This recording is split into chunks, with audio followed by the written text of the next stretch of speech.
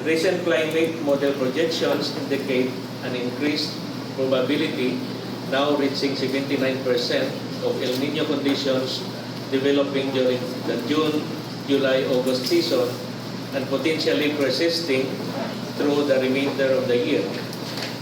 This development has significant implications for weather patterns across the country, including below normal rainfall in several areas, which may affect critical sectors such as water resources, agriculture, energy supply, and overall public welfare.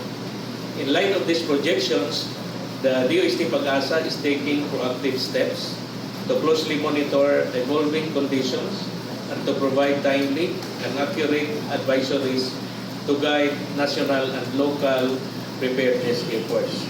This is a critical stage where preparedness actions should already be intensified. Alam naman po natin na kapag may El Nino, mataas ang posibilidad na magkaroon ng drier than normal conditions na magdulot ng negatibong epekto kagaya ng droughts or dry spells in some parts of the country. Subalit, makakaranas po tayo ng mga malalakas na mga pag-ulan sa may kanlurang bahagi ng bansa during the southwest monsoon or habagat season. So, ang Pag-asa ay patuloy na mag-monitor ng development ng El Nino phenomenon and will coordinate closely with all government agencies and together with the public we encourage to keep on monitoring and take precautionary measures against the impacts of developing El Nino.